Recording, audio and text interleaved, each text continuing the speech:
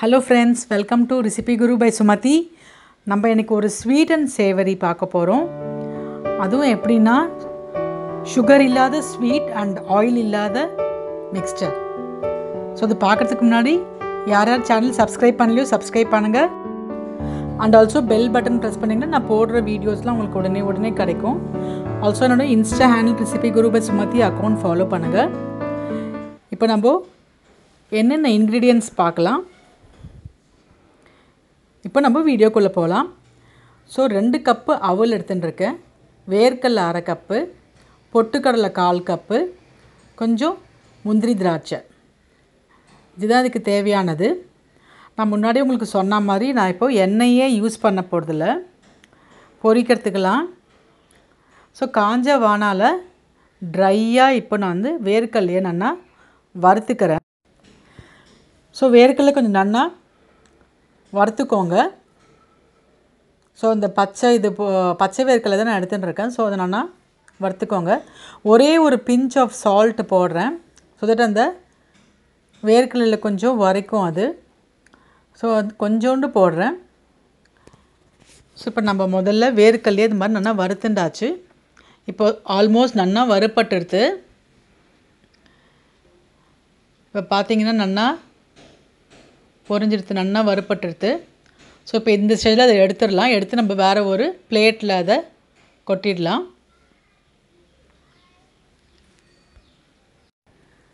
So இப்போது அதே வானலியில் அடுத்தது பொட்டுக்கடலையை வறுத்துக்கலாம். பொட்டுக்கடலை லேசாக சுட்டால் போதும், ரொம்ப வறுப்படணும்னு அவசியம் இல்லை. அதனால் லேசாக சுட்டுதுன்னா போதும்.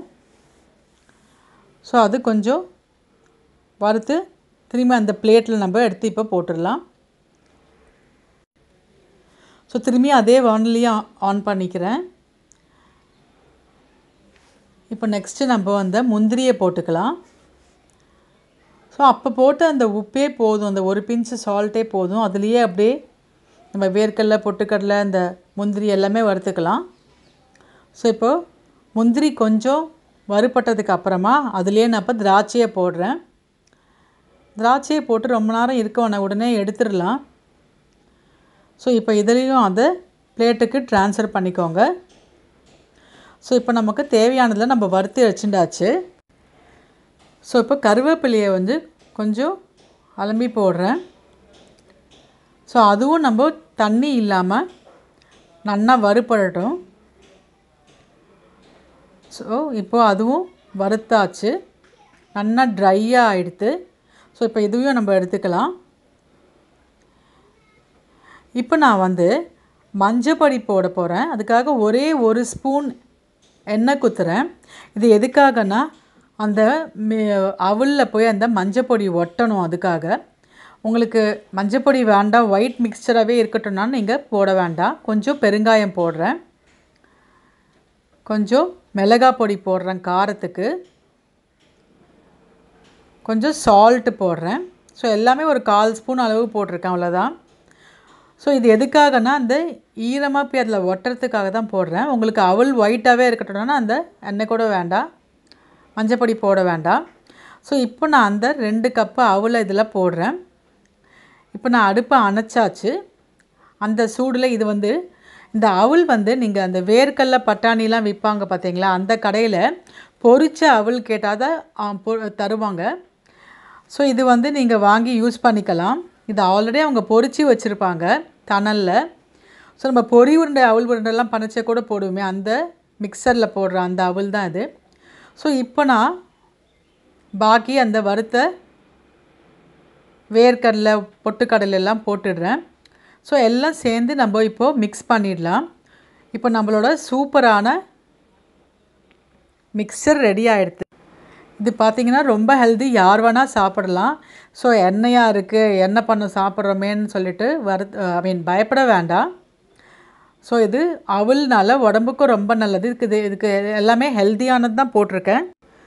நீங்கள் பார்த்தீங்கன்னா அவல், பொட்டுக்கடலை, வேர்க்கடலை எல்லாமே இதில் போட்டிருக்கேன். சூப்பராக இருக்கும், கண்டிப்பாக ட்ரை பண்ணி பாருங்கள், ரொம்ப ஹெல்தி. இப்போ நெக்ஸ்ட் நம்ம ஸ்வீட்டுக்கு போகலாம். ட்ரை ஃப்ரூட்ஸை ஒரு கப் எடுத்துகிட்டு இருக்கேன், கொஞ்சம் ஏலக்காய், டேட்ஸ் 1 கப்பு, கொஞ்சம் கசகசா, அண்டு ஃபிக்கு கொஞ்சம் எடுத்துட்டுருக்கேன், அத்திப்பழம். இப்போ நான் ஒரு பேன் போடுறேன். ஒரே 1 ஸ்பூன் நெய் ஊற்றுறேன் இதில். இப்போ அந்த கசகசாவை நம்ம முதல்ல வறுத்துக்கலாம். இந்த கசகசா கொஞ்சம் கலர் மாதிரி பொன் வறுவலாக வறுத்துக்கலாம். ஸோ இது ரொம்ப, அதாவது அந்த ஸ்வீட்டோடு சேர்த்து அது கசகசா நல்லா இருக்கும். அண்ட் ஆல்சோ கசகசா உடம்புக்கு ரொம்ப நல்லது. வாய் புண்ணு, வயிற்று புண்ணு இதெல்லாம் அதுக்கெலாம் ரொம்ப நல்லது கசகசா. ஸோ இப்போ ஆல்மோஸ்ட் பொரிஞ்செடுத்துனேன்னா இப்போ நான் அதை பிளேட்டில் போட்டுட்டேன். இப்போ அதே பேனில் இன்னும் 1 ஸ்பூன் நெய் ஊற்றுறேன். நான் பாருங்கள் எவ்வளோ கொஞ்சம் கொஞ்சமாக நெய் ஊற்றுறேன். ஸோ ஜஸ்ட்டு 1 ஸ்பூன் 2 ஸ்பூன் அவ்வளோதான் நான் ஊற்றிருக்கேன். இப்போ அந்த 2 ஸ்பூன் நெய்யில் இப்போ நம்ம முந்திரி, பாதாம், பிஸ்தா இது 3 நான் எடுத்துட்டுருக்கேன். மிக்சியில் போடாதீங்க. இதை அப்படியே நீங்கள் ஒரு சின்ன குழவி கல்லுலேயோ இல்லைனா அந்த சப்பாத்தி இடுறோமே அந்த குழவிலையோ அதை அப்படியே ஒரு கவர் உள்ளே போட்டு உடச்சி எடுத்துக்கோங்க. ஸோ ரொம்ப பொடியாக வேண்டாம். இப்போ ஒரு அளவுக்கு வறுத்ததுக்கு அப்புறமா நான் அத்திப்பழத்தை போடுறேன். ஏன்னா முதலே போட்டாக்கா ஒட்டிக்கும், அதுக்காக. ஏன்னா அது கொஞ்சம் ஸ்டிக்கியாக இருக்கும் இல்லையா அத்திப்பழம், அதனால். ஸோ முதல்ல இது கலர் போகிற அளவுக்கு, அந்த கலர் மாறுற அளவுக்குலாம் நீங்கள் வறுக்க வேண்டாம். முந்திரி எல்லாம் அது அந்த கலரில் இருக்கணும். ஸோ இப்போ இந்த ட்ரை ஃப்ரூட்ஸ் எல்லாத்தையும் நான் ஒரு பிளேட்டுக்கு ட்ரான்ஸ்ஃபர் பண்ணிட்டேன். இப்போ திரும்பியும் 1 ஸ்பூன் நெய் ஊற்றுறேன். ஸோ மொத்தமாக நீங்கள் பார்த்தீங்கன்னா மொத்தமே 4 ஸ்பூன் நெய் தான் ஊற்றிருக்கேன் நான் இதுக்கு. இப்போது இந்த ஸ்பூன் நெய் எதுக்குன்னா, இப்போ இது டேட்ஸ் நான் மிக்சியில் விப் பண்ணியிருக்கேன். ஸோ ரொம்ப அரைச்சிடாதீங்க, 1, 2 அதில் போட்டு அரைச்சிடாதீங்க, விப் பண்ணுங்க. ஏன்னாக்கா இது ரொம்ப மொத்தையாக ஆகிடும் இல்லையா, அதனால். ஸோ அது மாதிரி விப் பண்ணி ஒரு 5-6 வாட்டி விப் பண்ணிங்கன்னா போதும். ஸோ இப்போ பார்த்தீங்கன்னா இப்போ அதுதான் நான் எடுத்துட்டுருக்கேன் 1 கப்பில். ஸோ அதுவும் அந்த நெய்யில் போட்டு, இது எதுக்காகனா அந்த பைண்டிங் ஏஜெண்ட்டாக நம்ம இதை பண்ண போகிறோம். அண்ட் ஆல்சோ இதுதான் நமக்கு ஸ்வீட் கொடுக்க போகிறது நம்மளோட ஸ்வீட்டுக்கு. ஸோ நான் சர்க்கரை எதுவுமே யூஸ் பண்ணல. ஸோ டயாபெட்டிக் பேஷண்ட் கூட தாராளமாக சாப்பிடலாம், பயம் இல்லாமல். அண்ட் வெயிட் லாஸ்க்கு இருந்தீங்கன்னா கூட அவங்க இருக்கவங்க கூட சாப்பிட்லாம் இது. ஸோ ஏலக்காய் போட்டிருக்கேன் வாசனைக்கு. ஸோ இப்போ இதை நல்லா கலந்துக்கோங்க. இப்போ நான் அந்த வறுத்து வச்சுருக்கிற ட்ரை ஃப்ரூட்ஸ் எல்லாத்தையும் இதில் போட்டுடுறேன். ஸோ இப்போ இதை எல்லாத்தையும் போட்டு நம்ம ஒரு வாட்டி மிக்ஸ் பண்ணிக்கலாம். ஸோ அதில் இருக்கிற அந்த ஈரப்பசையே போதும். அதுக்கு தான் நம்ம அந்த டேட்ஸு நல்லா விப் பண்ணி எடுத்து வச்சுட்டுருக்கோம். ஸோ அதுவே கொஞ்சம் வெட்னஸ் இருக்கும். ஸோ இப்போ இது எல்லாம் சேர்ந்து நல்லா மிக்ஸ் பண்ணிக்கோங்க. இதை நம்ம அப்படியே உருண்டையாக பிடிச்சி பால் மாதிரியும் வைக்கலாம். So dry fruits ball or dry fruits laddu எப்படி வேணால் சொல்லலாம். ஸோ அது மாதிரியும் பண்ணலாம். இல்லை நீங்கள் பிளேட்டில் செட் பண்ணி கேக்காக கூட போடலாம். பீஸாக போட்டு கேக்காகவும் போடலாம். இப்போ நான் என்ன பண்ண போகிறேன்னா, இப்போ நான் பிளேட்டில் ஆற வச்சுருக்கேன். இப்போ இது ரொம்ப ஆறிடக்கூடாது. கொஞ்சம் கை பொறுக்கிற சூடு இருக்கச்சேவே இது நல்லா பிசிஞ்சிடணும். லைக் எல்லாம் அப்போ தான் நல்லா ஒட்டிக்கும். ட்ரையாக எடுத்துனா அது நல்லா ஆறிடுத்துனா அப்புறம் கஷ்டம். இப்போ நான் செமி சர்க்கிளாக உங்களுக்கு பண்ணி காமிக்க போகிறேன். ஸோ ஸ்வீட்ஸ் ஸ்டால்லெல்லாம் நீங்கள் பார்த்துருப்பீங்க, அது மாதிரி நான் இப்போது பண்ண போகிறேன். ஸோ இதுக்கு என்ன பண்ணுறேன்னா, இது மாதிரி நீங்கள் ஒரு சிலிண்டரிக்கல் ஷேப்பில் நல்லா உருட்டிக்கோங்க அதை. ஸோ நல்லா 2 கையில் பண்ணிங்கனாலே அது வந்துடும். அது ஆக்சுவலி ஏன்னா அந்த பசை இருக்கிறதுனால கொஞ்சம் பிஸ்தா போட்டு அதை அப்படியே ரோல் பண்ணிக்கிறேன் அதில். ஏன்னா கொஞ்சம் கலர்ஃபுல்லாக இருக்கும் பார்க்குறதுக்கு. பிஸ்தா க்ரீனாக இருக்கிறதுனால நல்லாயிருக்கும், அதுக்காக. ஸோ இப்போ பிஸ்தாக்கு அடுத்தது இப்போது கசகசா நம்ம எடுத்துருக்கலாம். ஸோ கசகசா கொஞ்சம் இந்த பிளேட்டில் போடுறேன். ஸோ பிளேட்லேயோ இல்லைன்னா கிச்சன் பிளாட்ஃபார்ம்லேயே கூட நீங்கள் போட்டுக்கலாம். ஸோ போட்டு அதில் நல்லா ரோல் பண்ணிடுறேன். ஸோ அதை ரோல் பண்ணால் அந்த ஈரத்துலேயே அது ஒட்டிக்கும் அப்படியே. ஸோ இப்போ தான் இது என்ன பண்ண போகிறோம், ஒரு ஃபாயில் பேப்பர் எடுத்து இது நம்ம ஃப்ரிட்ஜில் ஒரு 1 ஹவர் 1லேருந்து 1.5 மணி நேரம் ஃப்ரிட்ஜில் இருக்கணும். இது ஃப்ரீசரில் வைக்க வேண்டாம், நார்மல் ஃப்ரிட்ஜில் வச்சா போதும். இது எதுக்காகனா செட் ஆகணும் கொஞ்சம், அப்போ தான் நம்ம பீஸா கட் பண்ண வரும் இதை.